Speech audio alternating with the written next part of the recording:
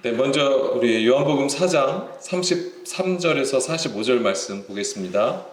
자, 이틀이 지남에 예수께서 거기를 떠나 갈릴리로 가시며 친히 증언하시기를 선지자가 고향에서는 높임을 받지 못한다 하시고 갈릴리에 이르심에 갈릴리인들이 그를 영접하니 이는 자기들도 명절에 갔다가 예수께서 명절 중 예루살렘에서 하신 모든 일을 보았음이더라. 아멘. 그러면서 45절에 뭐라고 되어 있냐면 46절입니다. 예수께서 다시 갈릴리 가나에 이르시니 전에 물로 포도주를 만드신 곳이라 라고 하면서 그 다음에 이제 내용이 왕의 신하의 그 아들을 고쳐주시는 내용이 기록이 되어 있습니다. 이것이 이제는 갑자기 다른 내용으로 전개되는 것 같지만 사실은 밀접하게 연결되어 있다라고 하는 것입니다.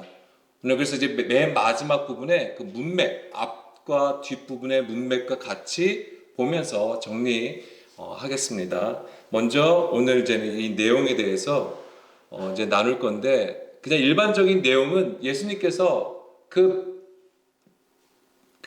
왕의 신하의 그 아들을 고쳐주신 것, 병을 고쳐주신 내용입니다. 그 내용이지만은 그 안에 이제는 사도 요한이 이 요한복음에서 말하고자 하는 것이 있다라고 하는 것입니다. 이제 그것을 이제 살펴보려고 합니다. 그래서 이제 오늘 본문은 그 예수님이 왕의 신하의 아들의 병을 고쳐주시는 내용인데, 예수님은 유대인뿐만 아니라 이방인의 믿음을 보시고 그의 아들의 병을 고쳐주시는 것으로 우리가 볼 수 있습니다. 그래서 예수님의 구원은, 하나님의 그 구원은 모든 사람에게 있다라고 하는 것입니다. 유대인이기 때문에, 이방인이기 때문에가 아니라 하나님은 모든 사람이 구원받기를 원하신다라고 하시는 것입니다. 지난 시간에도 간단하게 말씀을 드렸지만 이 병이 들었다고 하는 것은 단지 우리가 어떤 질병으로 고통받는 것을 말하는 것은 아닙니다. 물론 우리가 실제적으로 그렇게 병으로 힘들어하고 고통을 받는 건 있지만 성경에서는 이 구원과 관련되어 있다고 하는 것입니다. 그래서 이것이 이제 우리의 믿음의 문제인 것이고, 우리가 하나님 앞에 올바르게 서 있지 않음으로 인해서 결핍의 상태에 있음을 얘기하는 것이고, 예수님께서 표적을 보여주시는 많은 것들이 대부분 이 병고침이에요. 그래서 이제는 요한복음 5장으로 넘어가면서도 베네스다 연못에서 그 오래된 병을 가진 자를 고쳐주시는 부분도 마찬가지인 것입니다. 그런 것들이 다 이제 이스라엘 또는 우리 개인의 어떤 영적 상태를 고발하시고 그것을 그 다음에 고쳐주시는 것인데, 그 고쳐주심은 곧 말씀의 회복과 관련되어 있다고 하신 겁니다. 우리 안에 그 말씀으로 회복되어질 때에 진정으로 충만한 상태에 들어간다라고 하는 것이죠. 그런 그림들을 보여준다고 하는 것입니다. 자, 요한복음 4장 33절부터 보게 되면 이틀이 지남에라고 되어 있습니다. 이틀이 지났다고 하는 것은 곧 이틀이 지난 이후에는 셋째 날에 이르는 것을 얘기하는 것이죠. 그래서 이제 뒤에 나오는 내용이 이제 셋째 날과 관련되어 있음을 우리가 짐작할 수 있습니다. 자, 앞에 내용을 보면은 예수님께서 이제는 유대를 떠나서 갈릴리로 가실 때 이제 사마리아 지역을 거치시게 되죠. 거기서 이제 수가 여인과 만나면서 진정으로 영과 진리로 예배하는 것이 무엇인지에 대해서 말씀해 주십니다. 그리고 그 사마리아 지역을 떠나서 갈릴리로 가실 때에 하신 말씀이 바로 이거죠. 44절. 친히 증언하시기를 선지자가 고향에서는 높임을 받지 못한다. 그러니까는 이제 선지자가 왜 고향에서 높임을 받지 못할까요? 싫은 소리 하니까? 그러니까 듣기 싫은 소리 하니까는 그럴 수도 있고, 그 다음에 우리가 예수님을 통해서 알 수 있는 것이 무엇이냐면, 고향은 어떤 곳입니까? 물론 우리나라 개념으로는 그 태어난 곳을 고향이라고 얘기를 하죠. 물론 태어난 곳이. 근데 태어났다고 하는 것은 꼭 태어난 곳만 얘기하는 건 아니죠. 그 사람이 태어나서 자라는 것이죠. 그곳에서 이웃들과 동네 사람들과 함께 자라면서 커가는 장소를 얘기하는 것입니다. 그러면 동네 사람들이 그 사람을 알겠죠. 얘가 어떤 성품을 가지고 있는지, 어떻게 놀았는지, 누구누구와 뭐 밥을 먹었네, 어떤 놀이를 했네, 이걸 다 알 거 아닙니까? 그런데 그런 사람이 갑자기 커가지고 자기가 선지자다라고 막 말씀을 선포하고 그리스도라고 얘기하면 사람들의 반응이 어떨 것 같아요?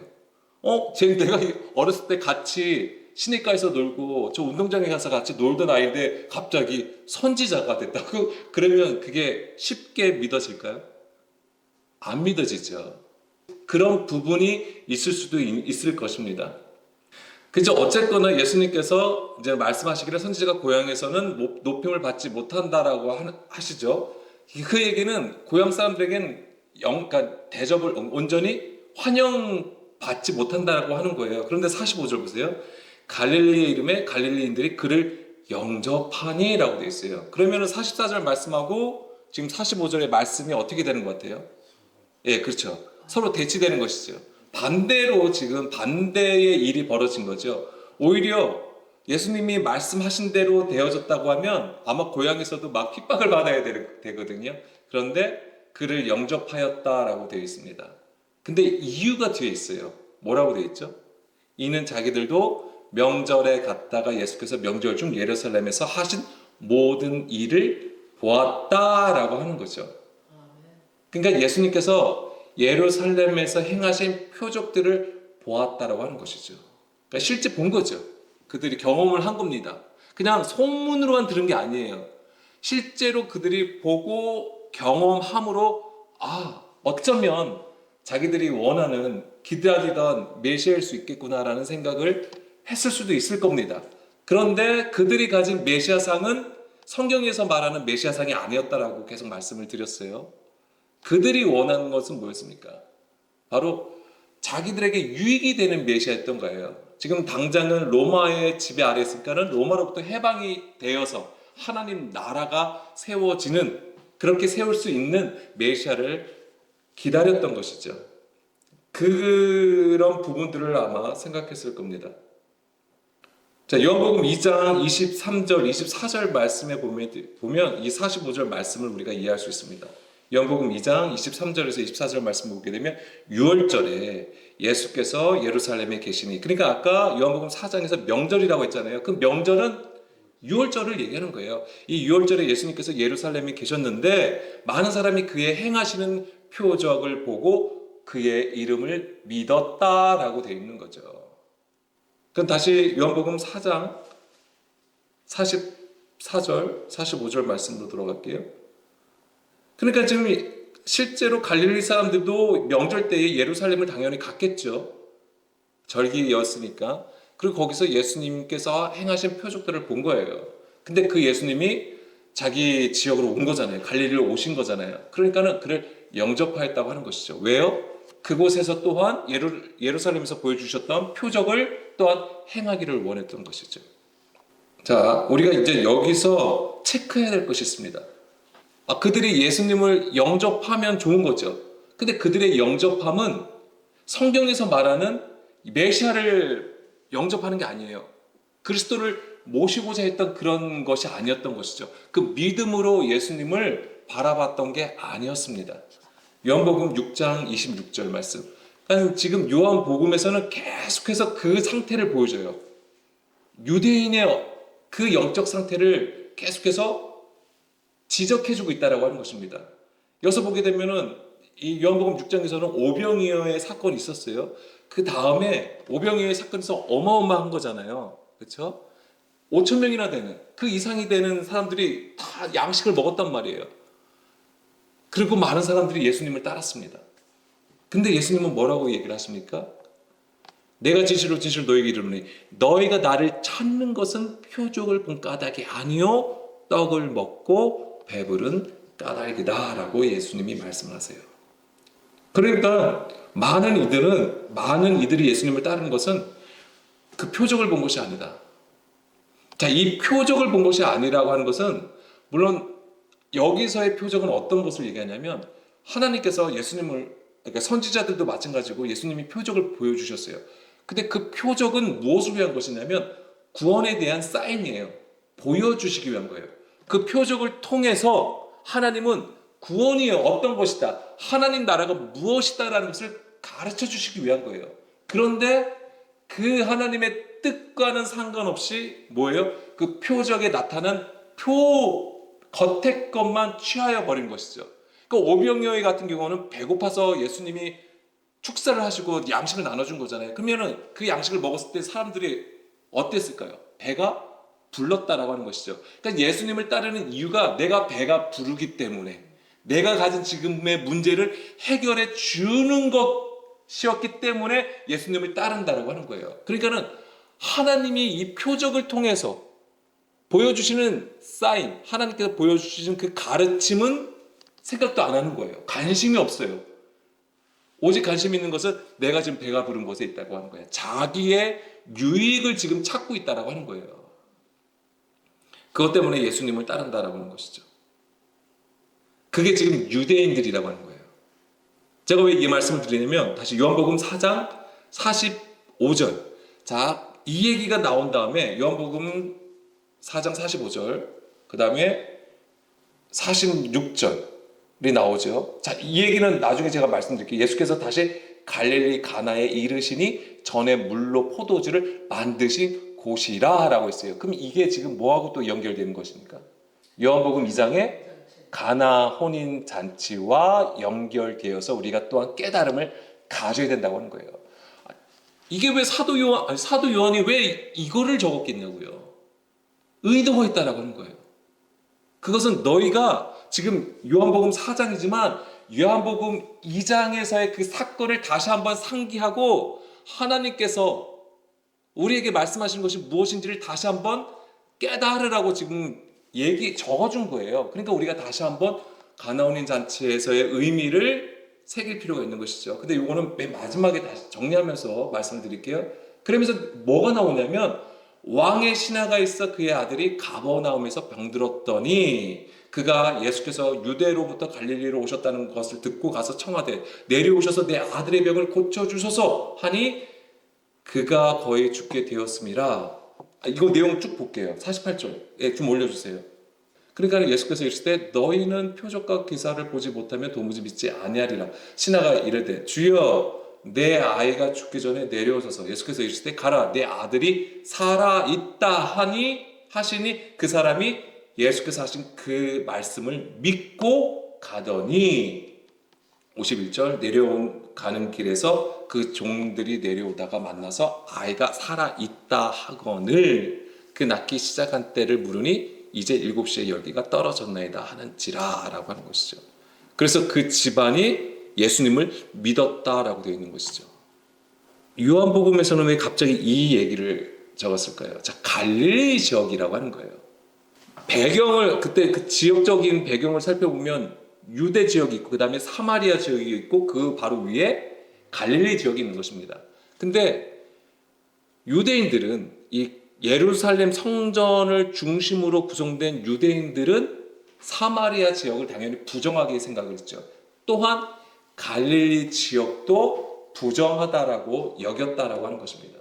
그리고 그 당시에 반쪽 정도는 이방인들하고 굉장히 밀접하게 연결되어 접경 지역이 있었던 거예요. 그런 부분들이 있었다고 하는 것입니다. 그럼 여기서 왕의 신하라고 했잖아요. 그럼 이 사람은 유대인일까요? 이방인일까요? 이방인입니다. 자, 이거와 평행 구절이 있습니다. 복음서에서는 물론 요한복음만 기록된 사건이 있지만 또한 공통적으로 같이 기록된 사건들이 있습니다. 자, 이게 평행 구절을 보게 되면 마태복음 8장 5절부터 사실은 기록이 되어 있는데요. 여기 보면 예수께서 가버나움에 들어가시니, 자, 여기서는 갈릴리가 아니라 가버나움이에요. 사실 갈릴리 지역에 가버나움이 있는 거잖아요. 그리고 가나 혼인자들의 그 가나 지역도 갈릴리 지역이에요, 크게는. 그리고 예수님이 어디에서 사셨습니까? 나사렛. 그래서 사도행전을 보면은 사도들이 표적을 행할 때 어떻게 합니까? 주의 이름을, 그쵸? 나사렛 예수의 이름으로 명하노니라고 되어 있는 거예요. 나사렛 예수라고 얘기합니다. 그래서 예수님의 사실 고향은 어디냐면 나사렛이 되는 거예요. 그러니까 나사렛이 실제 태어난 곳은 어디입니까? 베들레헴이죠. 왜 베들레헴에서 나신 거죠? 물론 말씀대로 이루신 것이지만 호구 조사를 한 거잖아요. 호구 조사를 하니까는 어디서 살았냐면 요셉과 마리아는 이 갈릴리 지역 나사렛에서 살았단 말이에요. 근데 호구 조사를 하니까는 이 요셉이 어느 지파 사람입니까? 어디 지역 사람이냐? 유대예요, 유대. 그러니까는 오는 거죠. 예루살렘으로 오다가 어떻게 되는 거예요? 아이가 지금 낳아진 거니까는 베들레헴에서 들렸단 말이에요. 그래서 태어난 곳이 이제 베들레헴인 것이고 실제로 예수님이 사신 곳은 나사렛이 되는 거예요. 근데 그 나사렛 또한 넓게는 갈릴리 지역에 포함이 되어 있다라고 하는 것입니다. 자, 그래서 이제 가버나움도 사실은 갈릴리예요. 예수께서 가버나움에 들어가시니 한 백부장이 나와 간구하여 이를 때 주여 내 하인이 중풍병으로 집에 누워 몹시 괴로워하나이다. 자, 여기서 보게 되면 가버나움으로 나오고 그 다음에 백부장이 나옵니다. 그리고 누가 아픈 거예요? 하인이 아픈 거죠. 아까 요한복음에서는 아들이었고요. 여기서는 하인이에요. 근데 여기서 보면 그 등장인물이 다르죠. 다르지만은 사실은 뭐 다른 사건. 그래서 요한복음에 기록된 사건하고 이 마태복음에 기록된 사건이 다르다라고 보는 사람도 있어요. 그렇지만은 우리에게 말해주는 것은 같다라고 하는 것입니다. 그 영의 그림은 같은 거예요.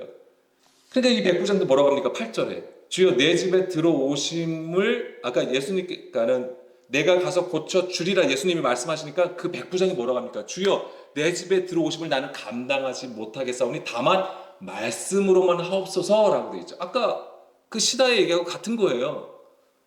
그러니까 9절 나도 남의 소에 있는 사람이라 내 아래도 군사가 있으니 이더러 가라 하면 가고 저더러 오라 하면 오고 내 종더러 이것을 하라 하면 하나이다. 예수께서 들으시고 놀랍게 여겨 따르는 자들에게 이르시되 이스라엘 중 아무에게도 이만한 믿음을 보지 못하였다라고 말씀을 하시는 겁니다.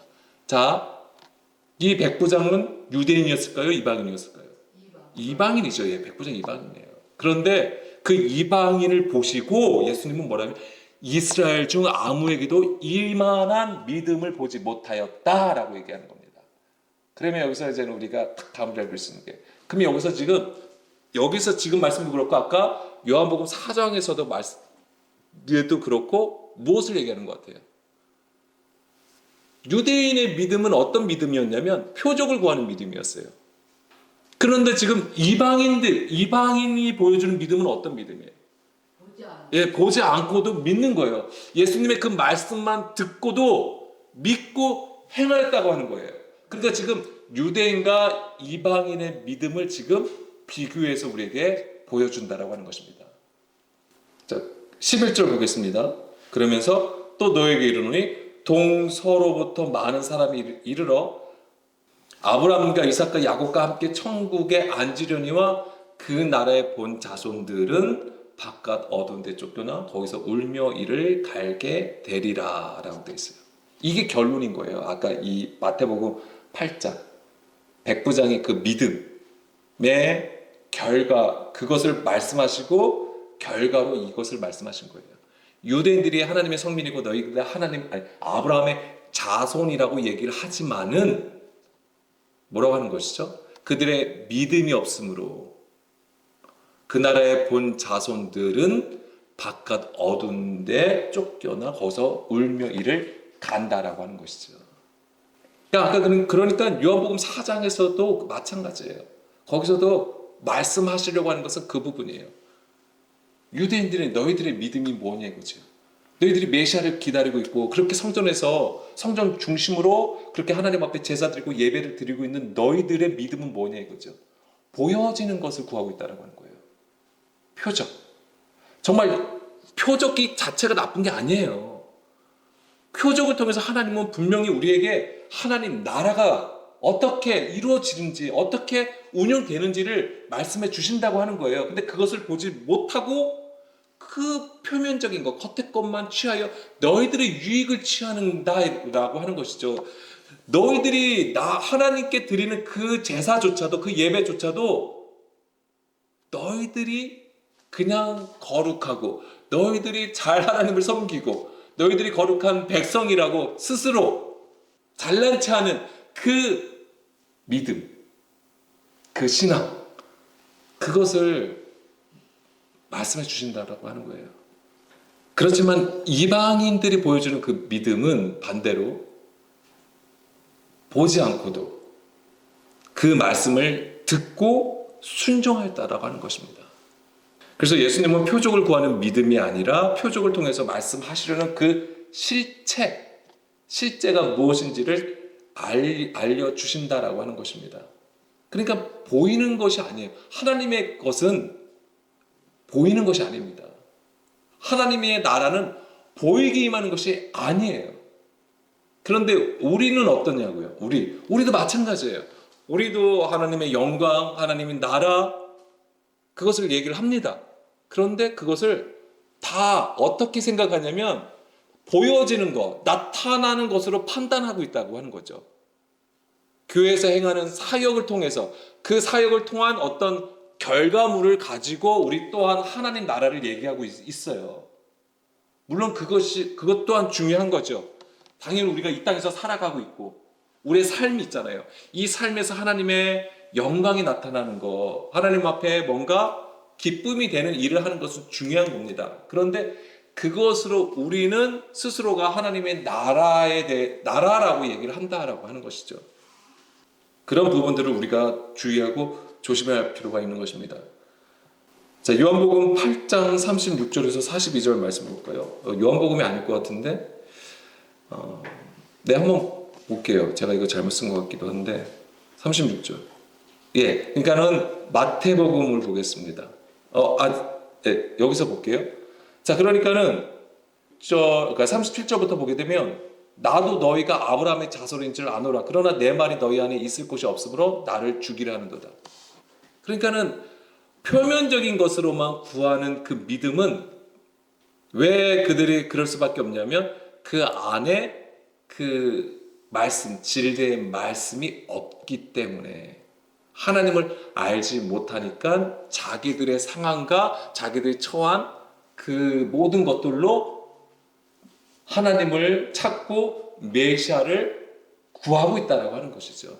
말씀이 없음을 얘기하는 거예요. 너희들은 겉으로는 아브라함의 자손이라고 얘기하지만 실제는 그렇지 않다라고 얘기하는 거잖아요. 나는 내 아버지에게서 본 것을 말하고 너희는 너희 아비에게서 들은 것을 행한다. 여기서 너희 아비는 누구죠? 밑에 쭉 보게 되면 마귀예요. 마귀. 너희는 마귀에게서 났다라고 얘기를 합니다. 굉장히 찌르는 말씀이죠. 그걸 들은 유대인들이 얼마나 마음에 얼마나 찔림을 당하겠냐고요. 자기들에게 얘기한 줄 안다고 돼 있잖아요. 39절.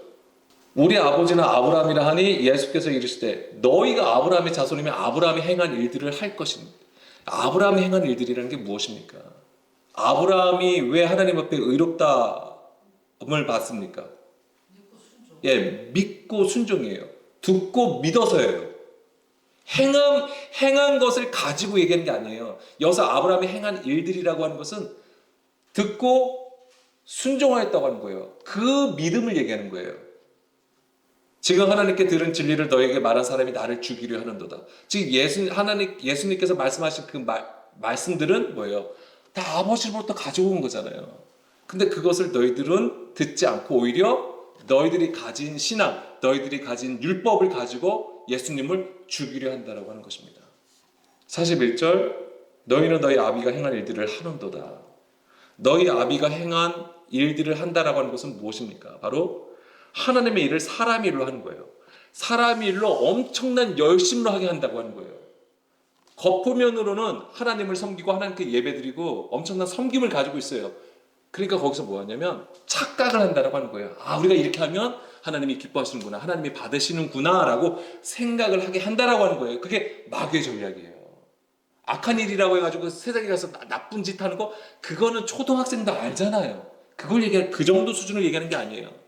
우리가 이렇게 예배드리고 기도해도 이것이 나의 유익을 위해서 나의 열심으로 행하게 한다라고 하는 거예요. 그게 사단의 전략이에요. 그러니까 깨어있지 않으면 그냥 속는 거죠. 43절.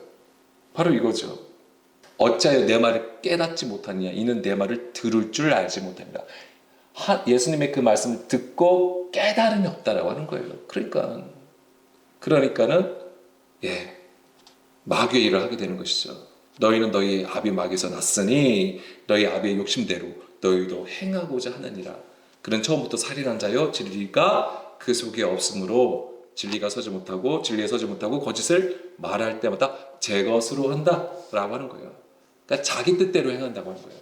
그러니까 하나님을 섬기는 건데 그게 자기 뜻대로 자기가 원하는 대로 한다라고 하는 거예요. 그래서 우리가 성령님께 구하는 것이 그런 것에 있는 것입니다.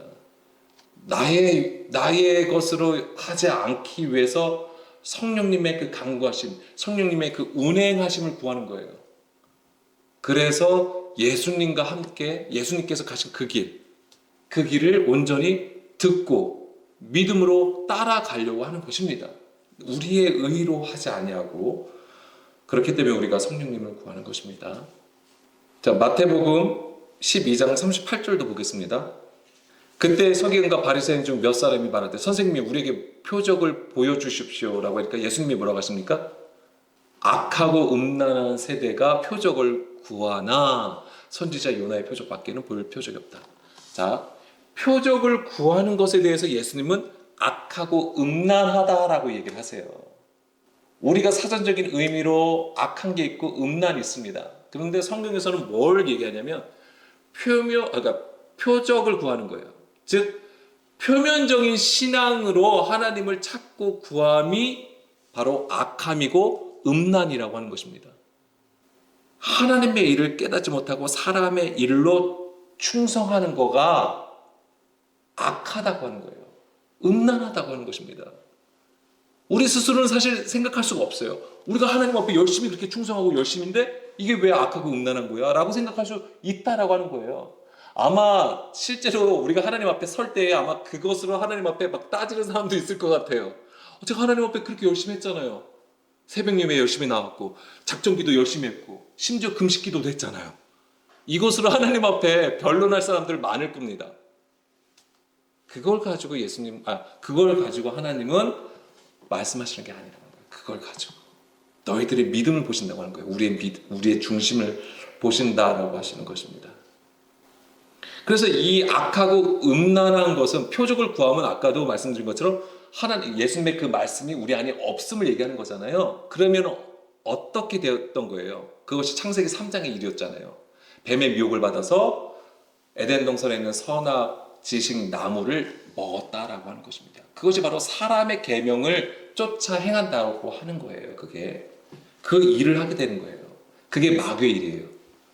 그렇지만은 예수님께서 표적을 보여주시는데 어떤 표적이라고 하셨죠? 요나의 표적. 선지자 요나가 어떻게 됐습니까? 하나님의 명령을 듣지 않고 반대로 갔다가 바다에 빠져서 어떻게 되죠? 큰 물고기에 삼킴을 당하고 3일 동안 거기 있다가 3일 만에 육지로 토해냄을 당하는 거잖아요. 그게 무엇을 의미하는 것입니까? 예수님의 죽음과 부활을 의미한다고 하는 거예요. 그러니까 예수님께서 보여주신다는 표적은 뭐냐면 바로 십자가의 죽음과 부활이에요. 그래서 성경에서 나오는 표적의 실제는 뭐냐면 죽음과 부활이라고 하는 것입니다. 그래서 표적을 보여주시는 이유는 뭘 보냐면 너희들이 죽음과 부활을 보라고 하는 거예요. 그래서 그것을 너희들이 경험하여서 어디로 나가라? 새 생명을 얻으라고 하는 것입니다. 거기에 있어요. 표적을 보여주실 이유는. 그러니까 표적의 내용은 그림들은 많겠죠. 많은 그림들이 있어요. 그러나 그 모든 것은 동일하게 예수님을 보여준다라고 하는 거예요. 근데 어떤 예수님이에요? 십자가에서 죽으신 예수님. 그리고 부활하신 예수님. 그것을 우리에게 보여준다라고 하는 거예요. 그걸 봐야 된다고 하는 거예요. 오병이어에서도 양식을 먹는 거잖아요. 근데 그 양식을 먹는 건데 너희들이 배부른 걸로 끝나면 안 되죠. 왜 그것을 하신 거예요? 예수님이 그 이후에 말씀하신 게 뭐예요? 인자의 살과 피를 먹으라고 하시는 거잖아요. 그래서 인자의 살과 피를 먹어야지만이 너희가 멸망하지 아니하고 생명으로 옮겨진다라고 하는 거잖아요. 그것을 깨달으라고 말씀을 하시는 거예요. 그래서 그 표적을 보여주셨던 것입니다. 그래서 다시 요한복음 4장 5절, 6절 이후로 쭉 보게 되면 결과적으로 오늘 본문에서는 예수님이 이제 병을 고치시는 그 메시아적 사역을 행하십니다. 그렇지만 여기서 보여주신 것은 유대 표적을 구하는 유대인과 듣고 믿음, 그러니까 순종, 듣고 순종하는 그 이방인을 보여준다고 하는 것입니다. 그리고 다시 이제는 요한복음 4장 43절로 돌아가면 자, 보세요. 여기서 이틀이 지남에라고 하면서 이제 이게 3일째로 셋째 날로 넘어가는 겁니다. 그러면서 예수님께서 갈릴리로 가시잖아요. 그러면서 46절에 여기서 보면은 이거를 하면서 이것을 말씀하시면서 예수께서 다시 갈릴리 관에 이르시니 전에 물로 포도주를 만드신 곳이라라고 하면서 이방인의 그 믿음에 대해서 말씀해 주시는 거예요. 그러면 이것이 이제 가나온인 잔치로 보게 되면은 자, 요한복음 2장 보겠습니다. 요한복음 2장에서 보게 되면 가나온인 잔치가 언제 일어나게 됩니까? 사흘째라고 된 거예요. 사흘째 되던 날이에요. 이게 셋째 날에 일어나는 일이에요. 그러니까 아까 그거와 같은 셋째 날의 사역을 지금 보여주고 있다라고 하는 것입니다. 그러면서 이 가나온인 잔치에서는 어떤 일이 벌어집니까? 물이 포도주로 변화되는 거예요. 자, 유대인들이 보여주는 것, 유대인들의 믿음은 신앙은 성전 중심으로 이루어진다고 하는 것이죠. 그래서 그들은 표적을 지금 구하고 있음을 말씀을 드렸어요. 그들의 영적 상태는 어떤 거냐면 포도주가 떨어진 거예요. 자, 혼인 잔치라고 하는 것은 하나님 나라를 뜻하는 거예요. 그런데 그 하나님 나라인데 포도주가 떨어졌다. 그러니까 유대인들의 지금 영적 상태가 그렇다고 하는 거예요. 너희들이 성전을 중심으로 이것이 하나님 나라고 하나님께 예배를 드리는 거고 그들은 하나님의 성민이라고 스스로 얘기하는 것이지만은 사실은 그들 안에는 포도주가 없다라고 하는 거예요. 떨어지는 수준이에요. 그런데 예수님께서 어떻게 하시냐면 바로 물을 포도주로 바꾸시잖아요. 그러면서 진정으로 이 셋째 날에는 어떤 일이 벌어진 거예요? 이제는 그 성전, 사람 중심으로 세워졌던 사람의 계명을 따라 행하였던 그 성전 중심의 신앙이 깨지고 사람의 것이 이제는 어떻게 되는 거예요? 바뀐다고 하는 거예요. 하나님의 말씀을 하나님의 그 진리를 따라서 영과 진리로 예배하게 된다고 하는 거예요. 그래서 그것이 아까 요한복음 2장에서 이제 넘어가는 거죠. 3장을 거쳐서 이제 4장에서 사마리아 여인에게 그 얘기를 해주신 거예요. 영과 진리로 예배하는 거. 그러면서 자 여기서도 우리가 하나 볼 게 아까 그 백부장 그 왕의 신하가 예수님의 말씀을 들었죠. 너가는 살아있다라고 했죠. 내 아들이 살아있다라고 했죠. 그 얘기를 듣고 그 신하가 어떻게 합니까? 돌아가잖아요. 집으로 돌아가잖아요. 그러니까 그 신하는 아들이 살아난 것을 본 거예요? 안 본 거예요? 안 보고 순종한 거죠. 그럼 여기 요한복음 2장에서도 그런 자가 있죠. 누가 있습니까? 물도온 하인들이 그거예요. 여기서도 보게 되면 하인들은 예수의 어머니 마리아가 그냥 그 아들이 시키는 대로 하라고 했잖아요. 그래서 그의 어머니가 하인들에게 이르되 너희에게 무슨 말씀을 하든지 그대로 하라 하니라. 거기에 유대인의 정기와 예식을 따라 두세 통대로 돌항아리 6이 놓였는지라. 그래서 여기서도 보게 되면 여기서 또 이게 나오는데 여기서 이제 6이 놓였다고 했잖아요. 자, 항아리가 6개 있어요. 그래서 6은 무엇을 의미하는 겁니까? 사람의 것을 의미합니다. 그런데 그러면서 셋째 날에는 뭐냐면 안식으로 들어간다고 하는 거잖아요.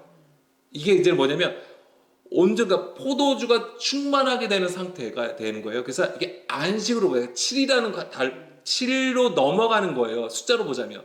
그런데 아까 요한복음 아까 4장에서도 찾지 마세요. 물어보죠. 하인들이 만났잖아요. 신하가 돌아갈 때 하인들이 만났어요. 그래서 물어보잖아요. 아들이 낳을 때가 살아있던 그때가 언제냐고 물어보잖아요. 그게 왜 궁금했을까요? 몇 시에 난 게 그게 궁금했을까요? 그냥 난 것만 해도 기쁜 거잖아요. 그런데 그걸 물어봐요. 근데 거기 몇 시라고 되어 있습니까? 7시였어요. 7시. 그러니까 지금 사도 요한은 7이라는 숫자를 거기다 제시한 거예요. 안식일과 관련돼 있어요. 안식. 그래서 요한복음 5장에 보게 되면은 베네스다에서 오랜 병을 앓는 병자를 고치죠. 그게 언제인 줄 아십니까? 언제 그 병을 고쳤냐면 안식일에 고쳐요. 그래서 바리새인 서기관들이 막 노발대발합니다. 왜 안식일에 사람을 고쳤냐고, 왜 일을 하냐고 그걸 얘기를 하는 거예요. 그러니까 그게 연결되어 있는 거예요. 그렇게 4장에서 7시로 얘기를 하고 그 다음에 5장에 가서는 그것이 또 안식일에 일어나는 일. 그러면서 뭐냐면 안식일에 하나님이 일하신다라는 거, 아버지가 일하시니 나도 일한다고 하는 거예요. 그러니까 안식일이 뭐냐 이거죠. 그거는 또 이제 다음 시간에 이제 볼 예정입니다. 이제 그렇게 다 연결되어 있는 거예요. 이게 우리는 한 사건 한 사건 한 단락 한 단락으로 볼 수도 있는 거지만 사실은 이것은 다 연결되어 있어요. 연결해서 전체적으로 보여지는 그림을 하나로 잡아야 돼요. 그래야지 우리가 그나마 이해할 수 있는 것입니다. 그러니까 여기서도 지금 요한복음 2장에서도 바로 이 종들은, 자, 예수께서 그들에게 이르시되 항아리에 물을 채우라 하신즉 아기까지 채웠다고 했어요. 자, 그러면서 8절을 보게 되면 이제는 떠서 연회장에 갖다 주라 하심에, 좀 올려주세요. 연회장에 물로 된 포도주를 맞다라고 되어 있는 거잖아요. 그러니까는 이 종들도 사실은 예수님이 먼저 물을 포도주로 만드신 다음에 항아리에다 부라고 한 게 아니잖아요. 물을 채우라고 한 거잖아요. 그러니까 이 종들도 아직은 포도주를 못 본 상태예요. 그때는, 그렇죠? 그렇지만은 순종하였다고 하는 거예요. 그러니까 그 신하 백부장의 믿음이 바로 이 종과 같았다라고 하는 것입니다. 그래서 이렇게 이 요한복음 4장의 이 가나온의 잔치와 연결해서 볼 수 있는 것이고, 그 다음에 이 항아리 6개의 항아리에 있던 물이 포도주로 변화되어서 그 실제로 예수님의 말씀을 듣고 순종함으로 놀라운 그 혼인 잔치가 열려졌다고 하는 거잖아요. 그러니까 여기는 뭐예요? 새 포도주가 있다라고 하는 거예요. 그것이 바로 예수님께서 주시는 생명수예요. 예수님께서 우리에게 주시는 말씀을 의미하는 것입니다. 그것이 바로 7일과 관련되어 있다고 하는 거예요. 안식. 하나님의 안식 안에 우리가 들어가는 것과 관련되어 있다고 하는 것입니다. 그러면서 이제는 요한복음 다시 4장. 그거 볼게요. 요한복음 4장 48절, 49절, 50절 보겠습니다. 내 아들이 살아있다 하시니 그 사람이 예수께서 하신 말씀을 믿고 가더니 내려가는 길에서 그 종들이 오다가 만나서 아이가 살아있다 하거늘 그 낳기 시작한 때를 물은즉 어제 7시에 열기가 떨어졌다라고 되어 있는 것이죠. 그러니까 여기서 7시를 제시하지만 우리가 이제 뭐 시간이 이러지만 왜 하필이면 7시냐 이거죠. 그러니까 사도 요한은 7이라는 숫자와 관련해서 우리에게 그 의미를 제공해 주고 있다고 하는 것입니다. 그러면 이 7시가 의미하는 것은 무엇이냐 이거죠. 그것이 바로 뭐냐면 50절. 내 아들이 살아있다 하신 그때라고 하는 거예요. 이게 그 7이라는 것이. 그래서 실제적으로 성경에서 7이 의미하는 것은 무엇입니까? 완전, 온전, 영원 이러한 뜻을 가지고 있습니다. 그러니까 이것은 결국은 뭐냐면 성경에서 영원한 것, 완전한 것, 온전한 것은 무엇입니까? 성경에서 하나님의 말씀만이 영원한 것입니다. 하나님의 말씀만이 온전한 것입니다. 시편에도 하나님의 말씀은 온전하다고 완전하다고 되어 있고요. 이사야서에서도 하나님의 말씀은 영원하다라고 되어 있습니다. 그러니까 하나님의 말씀을 얘기하는 거예요. 결국 그래서 오늘 예수님께서 보여주신 이 표적은 이게 두 번째 표적으로 되어 있어요. 실제적으로 예수님이 많은 표적을 보여주고 있겠죠. 그런데 요한복음은 7개의 표적을 얘기합니다. 요한복음 2장부터 12장 그 안에 7개의 표적을 제시하고 있어요. 그것도 뭐예요? 의도하고 있다고 하는 거예요. 7개로 제시하고 있다고 하는 거예요. 그리고 성경에서 7이라는 의미는 굉장히 중요합니다. 그래서 어떤 것들을 제시하고 있죠? 아시는 거 혹시 말씀해 주세요. 그러면 그거 듣고 끝내겠습니다. 네? 네, 안식일. 우리가 가장 처음에 나오잖아요. 창세기 1장에 나오잖아요. 창조 7일이잖아요. 그 다음에 안식일, 7째 날. 그 다음에 또 뭐가 있을까요? 7과 관련해서. 7영, 7촛대, 7교회. 다 이런 거 나오는 거잖아요. 그 다음에요. 절기가 몇 개입니까? 칠대 절기잖아요. 7개의 절기가 있잖아요. 물론 크게는 3개로 나눈 거지만 7개의 절기로 나눠져 있다고 하는 것입니다. 이제 그런 부분들이 있다고 하는 거예요. 그것이 그냥 있는 숫자가 아니에요, 결국. 성경에서는 사실 숫자로도 많은 메시지를 가지고 있어요. 구원의 메시지를 가지고 있다라고 하는 것입니다. 그래서 이 7과 관련해서는 우리가 이제는 다음 시간에 요한복음 5장을 볼 건데 거기 이제는 안식일이 나옵니다. 그때 조금 더 이제 다루겠습니다. 그래서 오늘 이제 나눈 말씀들을 우리가 다시 한번 마음에 새기시면서 오늘 기도하기를 원합니다.